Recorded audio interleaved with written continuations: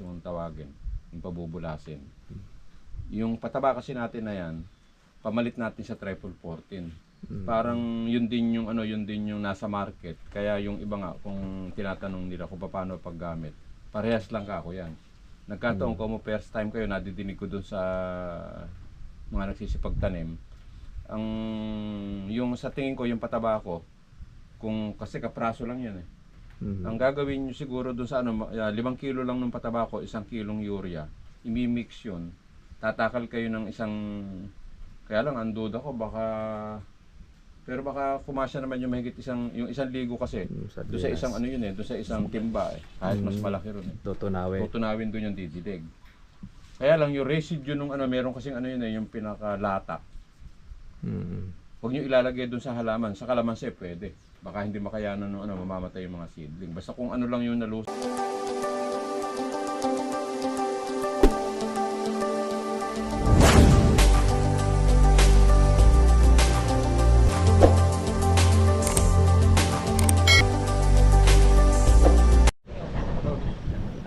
Magandang umaga po sa inyo mga katribe at welcome po sa aking YouTube channel. Dito po tayo sa Villasis, Pangasinan. Saan po yung farm po ni Madam natin pong minomonitor. Ito na po siya. Katapos po ng ilang buwan na pagkatanim, XL po ito na atin po na-deliver. Malalaki na. Siguro mga ito yung nasa 5 buwan na. Ang dami po mga supang. Ito po mga katribe po yung ginamitan natin po ng organic fertilizer. Kaya marami na rin po siyang sanga. Meron siyang mga bagong tanim. Yun po sa kabila. Pero ito yung ating kalamansi nung nakaraan. Ang dami pong usbong. Bali nagpa-deliver po si Madam po ng 10 organic na sako para to supply po uli yung ating kalamansi niya tinatanim. Meron siyang stakan ng tubig, mga paliguan. Ito yung una. Ayan. Ito po yung bundok siya na pinatag. Ayan, nung dinevelop, tinanim naman ng kalamansi. Meron po siya ngayon tanim na pakuan. Pakuan niya siya, yung isa. Kaya nagtanong si Madam kung po pwede natin taniman nito ng pakuan. Sabi ko, pwede naman, basta wag lang pong mababagingan po yung ating kalamansi. Ingatan na lang po yung kalamansi natin na mabaging. Kasi baka magagapusan siya, kawawa naman po yung ating kalamansi. Pero pwede naman dito siya sa pagitan. Naubos na po yung kanyang pataba. Kaya ito naman po yung tanim niya na naman na siling Taiwan. Aba, maganda po yung siling niya. Meron rin siyang mga gulay. Meron pa itong area na ito na lilinisan. Pwede pa siyang mataniman pa yan. Marami-rami na rin po yung punong na itanim ni Madam dito. Mga ilang buwan sa kabilang taon, pwede na po itong pag-harvestan po ni Madam yung kalamansi.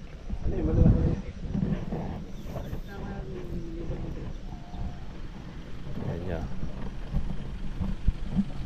Malalaki na yung kalamansi, ano? Oo. Mga kailan lang yan eh. Ilan kayo ko yung gumagawa ngayon dito? 3 kami. 3 kayo? Oo, 3. Oo, tama-tama lang. Kasi atlas dito naman kayo nagkukuha na, no? Ano ba tawag sa poso nato? Poso nato. Sa lindro kaya. Yung sa lindro, nung araw yan. Ito ba yung kakabitan ni Ma'am ng kawan? Doon ka yung Ayun yung submersible. Malakas naman ba yung submersible? Malakas naman. Oo, malakas pa yan. Okay naman. O yan. Yan yung pinakita nga sa akin na kawan din. Gano'ng kalalim ba dito? Bali 6 na pisa po yan. Ako po, lalim. Malalim, oo. Kaya maganda tubig dyan. Doon sa kabila 7 na pisa yun. 7 na yun nandoon. Oo, kaya doon Oo. Ano yung nakasabi to? T4. Di ko ako. T4 ito sinulugan ng makina submersible. Ganito pala yung cylinder. Ay, kagandahan ito. Masusupply na po ngayon ng tubig itong kuwan niya. Oo. Nalakas na siya. Magkukwando kayo, magpapakwan. Opo kuya, may talim na kami pakundo no. May tanim na. Oo. Yung may ano na. Yun nga, pwede ka ako ipasalubong yan, yung organic fertilizer. Kaya tatanungin namin kuya kung Oo. dala ninyong ano, organic. Ubra rin. Kung pwede Oo, dyan. pwede. Parang ano yun, yun ang pamalit natin sa triple eh, saka 1620. Yan Kahit yung saan siya kuwan pwedeng natin. gamitin. Opo. Tuturo sa inyo Sir Marvin ng kwandan. Paraan. Para Kung yung... pakwan, ang ihahalo nyo hanggat alam bulaklak. Ang tinatawag na vegetative, urea ihahalo nyo. Yung sa pataba. Yung iba kasi dinidilig eh. Depende. Nilulusaw yung patabas, didilig eh. Oo. Parang ang mangyayari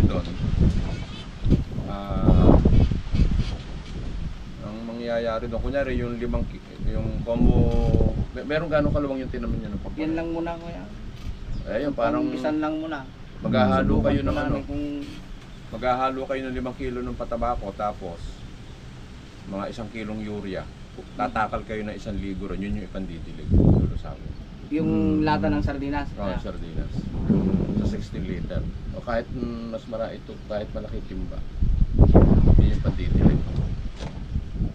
Sa bawat puno, ano? Oo. Kailan na pagdidilig naman yan ng pataba? Alam naman nung nag-aalaga yun, yung timing. Sila nakakaalam nun. Nung kung kailan nila ko, ano? Kasi yung pataba kasi natin, pamalit lang sa triple 14, yun din yun. Kumbaga sa kuwan kabisado siya. ng mga nag-aalaga kung ilan ba yung takal, kung 1 ligo ba o kulang 1 ligo kung bata pa. Sila na nakakaalam. First time ba magpapakwanan nung First kasama time niya? lang kuya. First time. First time lang Ay, kaya bigyan nyo konti na lang ng muna idea. yung tinanim namin. Oo. May bunga na nga yung isa dyan, ano? Ito yung nauna na Oo, Ayun ba? nagbunga. Meron na ako may bunga. Tinapo lang, may bunga na eh. Kaya sabi ko maganda eh. May... May idea na kayo sa pakuan eh. Kaya sinubukan namin na. Ayun pala. Oo nga pala, may bunga na yung pakwan. Ayun, meron na nga siyang isa. Laki rin eh. Oo. Sabi ko ba, pwede pala ako pakwan dito. Ayun, dalawa na pala yung bunga eh. Meron na sa iba eh. Nakain na namin yung dalawa kuya. Ay, Nakain. May bunga ko. Pero matamis. Matamis. Ay, Ito- nilagay niya ng organic yan. Ito po yung Yung dilaw, ano, dilaw ang yan. yan yung mahal, yung kinikilo. Oo. Ito, organic na ilalagay nyo rito.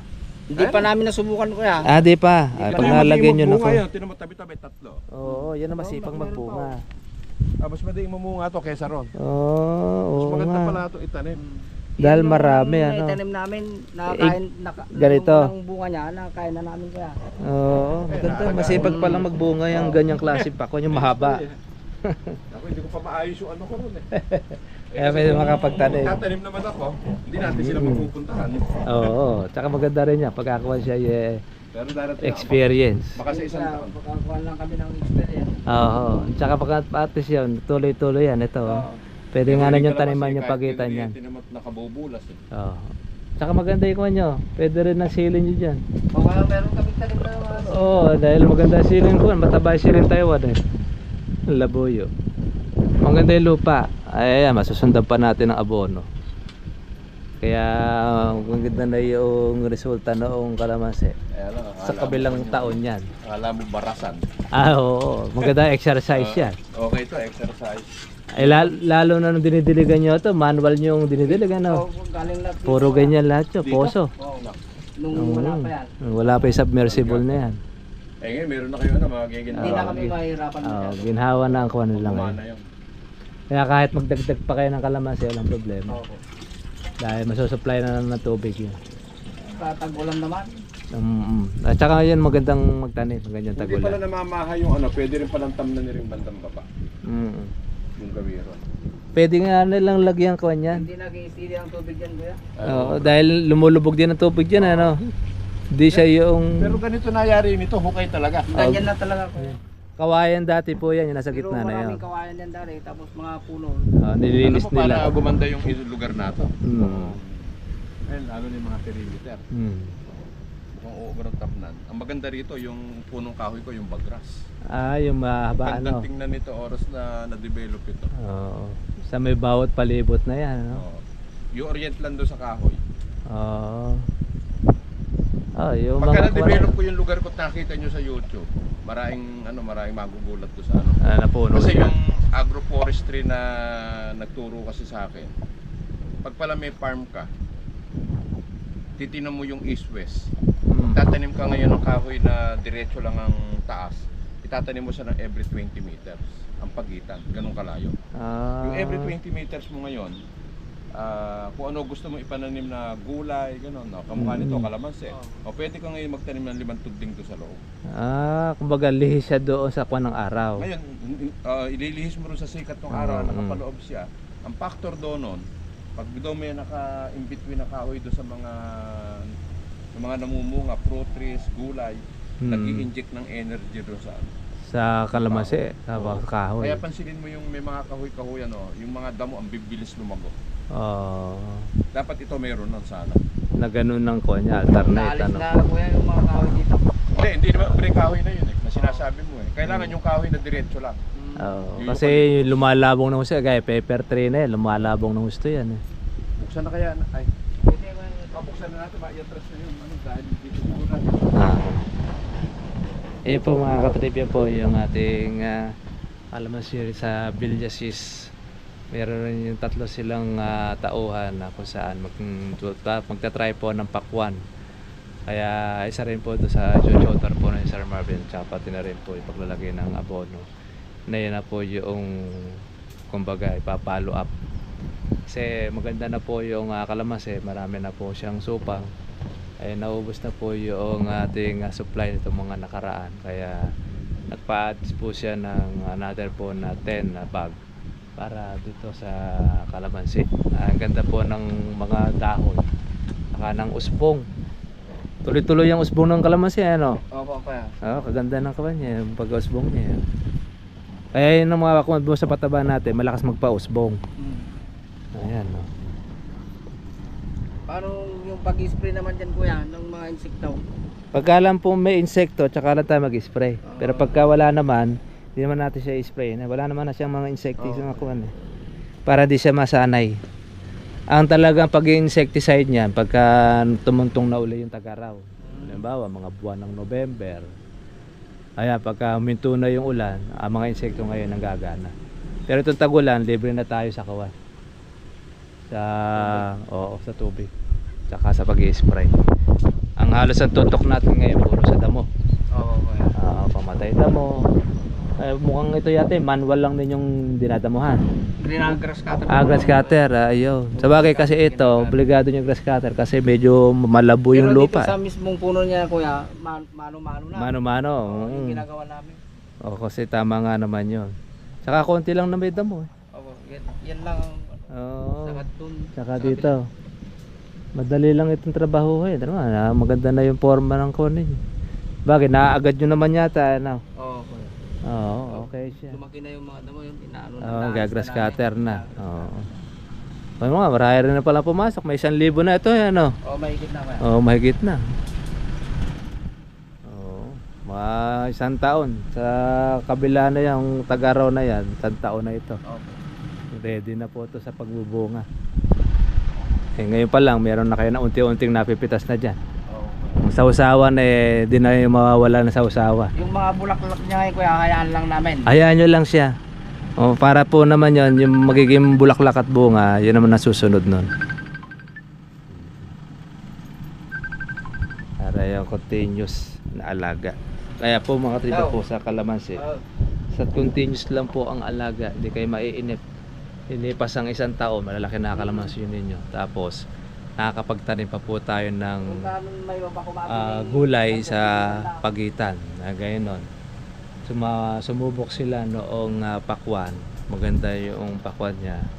Ibig sabihin, hindi pa po ma-insekto dito sa lugar na ito. Kaya yun po yung kanilang ngayong gagawain. Kaya malaki ang magagawa nito noong organic fertilizer.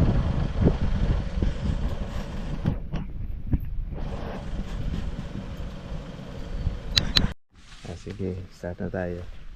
Sige kuya, kung sila po yung mga first time pa lang po magtatanim ng pakwan, yung paano po yung kanilang gagawin doon sa abono tsaka sa pakwan? Actually kasi doon sa mga nadidinig ko, kasi hindi naman din tayo nagpapakwan. Buti na lang at kung saan kasi ako nakararating. Meron kasi kaming tinatawag na base doon sa nakuha ko. Pag kasi nasa stage nung palalaguin natin yung anumang pananim, yung bata pa siya, yung seedling stage yung tawagin, yung pabubulasin. Yung pataba kasi natin na yan, pamalit natin sa triple 14.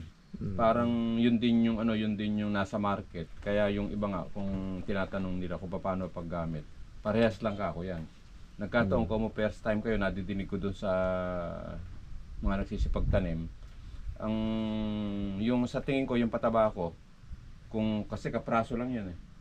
Ang gagawin nyo siguro dun sa 5 kilo lang ng pataba ko, 1 kilong urea, imimix yun. Tatakal kayo ng kaya lang ang duda ko pero baka kumasya naman yung mahigit yung isang ligo kasi doon sa isang doon sa isang timba kahit mas malaki ron tutunawin doon yung didilig. Kaya lang yung residue nung meron kasing yung pinakalata. Huwag nyo ilalagay doon sa halaman, sa kalamansi pwede. Baka hindi makayanan nung mamamatay yung mga seedling. Basta kung lang yung nalusaw, yun lang ididilig. Kunyari, every 10 days, tantyahin nyo yung kung papalipas na yung talab nung inilagay nyo. Pwedeng every 10 days, every 2 weeks ang lagay natin ng pataba. Pero once na lumago na yun, nakitahan nyo na siya ng bulaklak, pwede nyo pa rin gamitin yung pataba ko, kaya lang ihahalo na natin doon sa pataba, sa halip na urea, sulfate na, yung 2100. Siguro doon sa 5, mga 1.5 kilo na yung ratio niya. Yung 2100 yun. 5 kilo ng fertilizer. Organic. Pwede namang pwede namang maghahalo lang kayo ng paunti-unti kasi nga kakaunti lang yung pataba. 2 timba lang po. Mga 2 timba lang. Ibig sabihin kung 2 timba, di marai pala 5 kilo. Marami yan. Tagal nyo na kung gagamitin yan. Pati sa pipino na ako yan. Ayun pala, sama panggamit nyo na sa pwede 5 kilo ang halo para magtatanim pala kayo ng maraming pipino. Lahat pala na ko na Pati yan. sa gulay, ganun din gawin namin. Sa lahat ng halaman na itatanim nyo na gulay na bumubula. Sir, idilig yung sa Puno. Bacon. Hindi yung ugat niya. Doon sa pinakaugat niya. Hindi, sayang hindi ako nakapagdala ng Actually kasi meron akong latest na foliar na ginagamit na mas magaling doon sa pataba. Kasi kung yun ay dinidilig nyo, nandun yung pataba natin, didiligin nyo na, hindi na imimix. Siya, powder siya. Kung napapansin nyo yung asa market ngayon, na nadidinig natin yung potassium humate. Yun. Iba kasi magpabulas yung potassium humate sa halaman. Pero hindi naman siya ganun kamahal. Compare doon sa doon sa nabibili natin sa kasi yung iba nagbebenta niyan 2.5 per kilo. Mahal konti siya pagka sa labas mo bibili mas kaya lang mahal. Kung titingnan nyo ang concentration kasi nun kaya ganun sa kamahal, pero meron tayo na hindi naman ganun kamahal. Ang concentration kasi nun ang pwede mong timplahan mga 4 na drum. Ay marami na.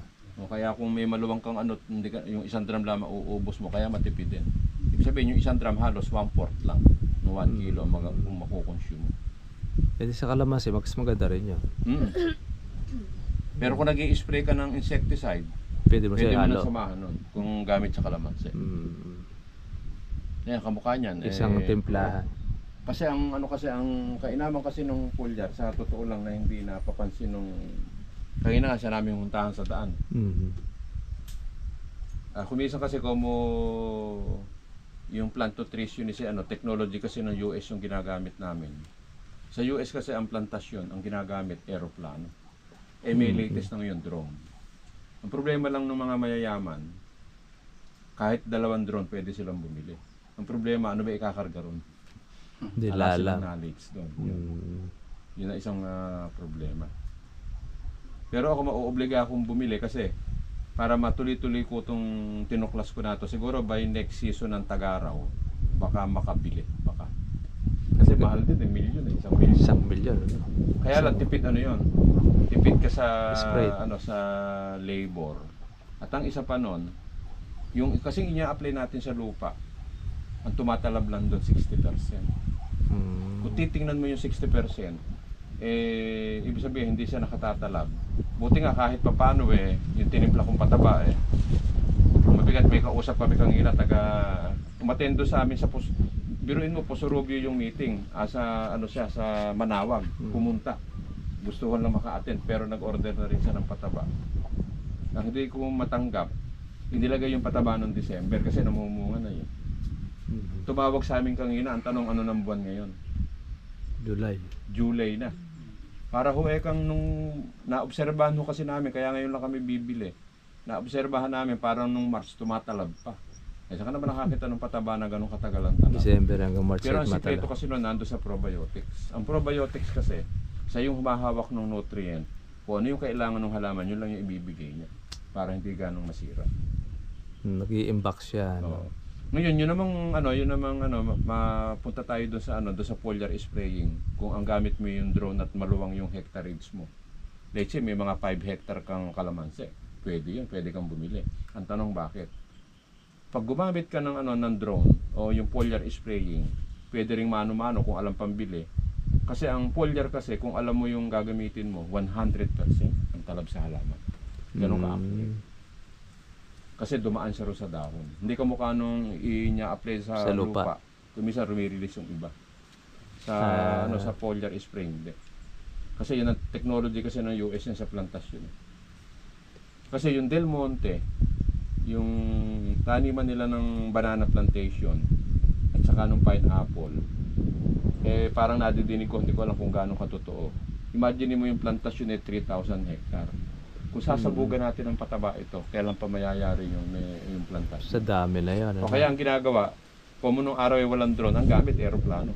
I-spray lang ng aeroplano yun, tapos na. Kumuha nga ng labor. Ito meron ka 1,000 hectare, paano gagawin nung sabog ng pataba? Problema ka sa tao. Kaya mauobliga, bumili ka ng aeroplano. May drone na ngayon. Mas mabilis. Medyo makamimenos ka. Kasi ikaw na lang magpapalipad, hindi na yung pilot Babayad ka pa sa pilot, bibili ka ng aeroplano, ang mahal. Kaya yan na yung latest technology na gumagaan yung trabaho.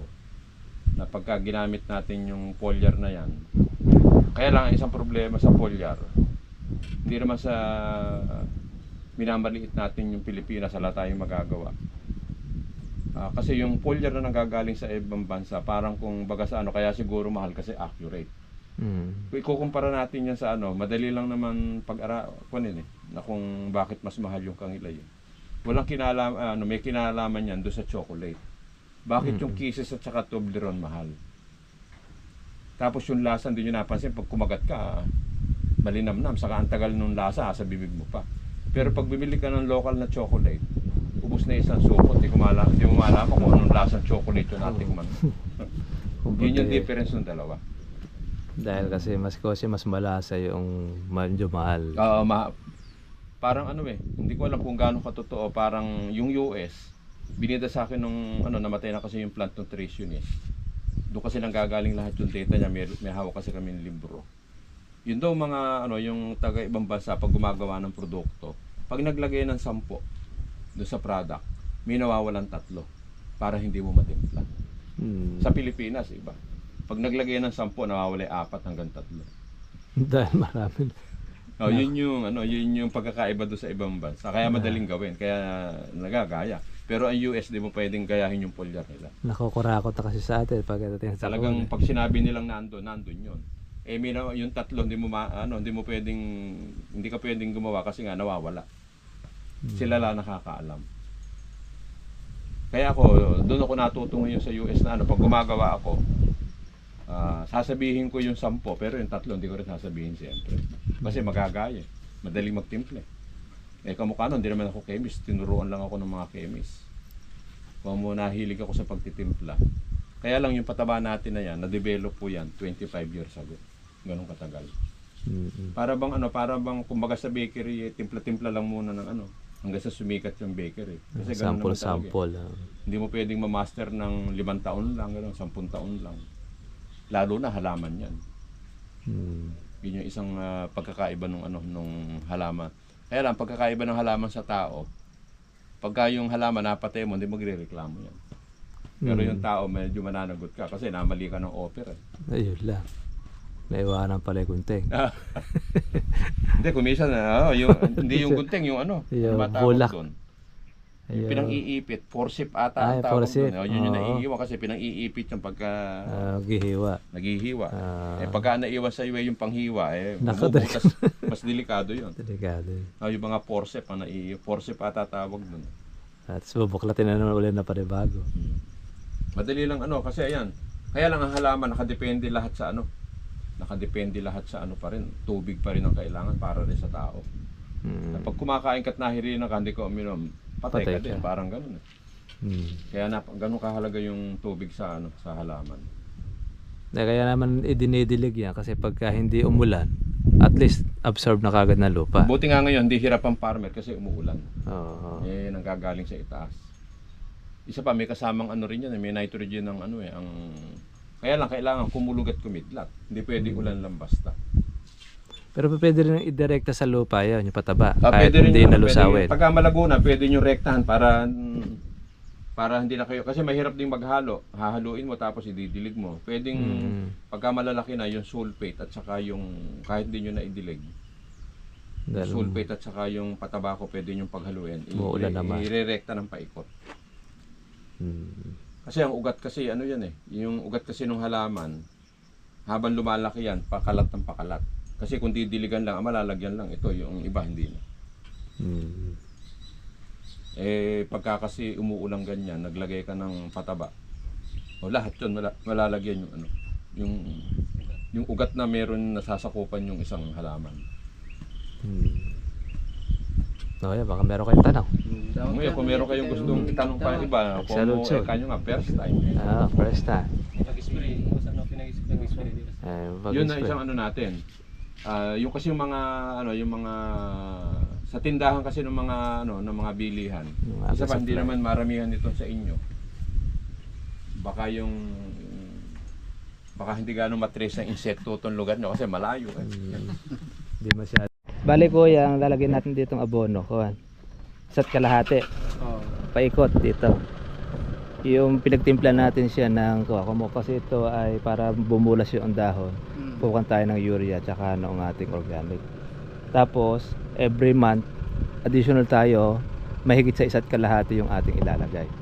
Para continuous yun. Hanggat lumilipas po isang buwan, add tayo ng add. Ngayon pagka wala naman pong insekto, huwag na natin siyang spray. Pag mayroong insekto na marami, saka lang tayo mag-insekto, mag-spray. Ngayon yung foliar, yung sinabi natin foliar, yun yung inyong gamitin. Pwede po yun, ang foliar natin dito, every 10 days pag-spray. Maganda halimbawa, naglagay tayo ng abono. Tapos 10 days, spray tayo ng foliar. Pwede tayo mag-regular na every 10 days. Kada 10 days na yan. Spray tayo. Yun lang po pwede natin. Ngayon, pag mayroong insekto, haluan natin ng foliar po ng insecticide. Para wala nang masyadong matrabaho. Isang spray na lang. Ngayon, sa damo naman, okay lang yung ganito. Malinis naman siya. Maganda naman. Ganyan din naman sa may milon. Pwede nyo rin sprayin po yun. O sa pakwan. Kahit na every 10 days din. Nag-spray din ako natin. Lahat sa city. Kaya pagka mayroong problema, ito lang naman po tayo para tawagan mo dyan. Sige po, punta na tayo doon sa kuha.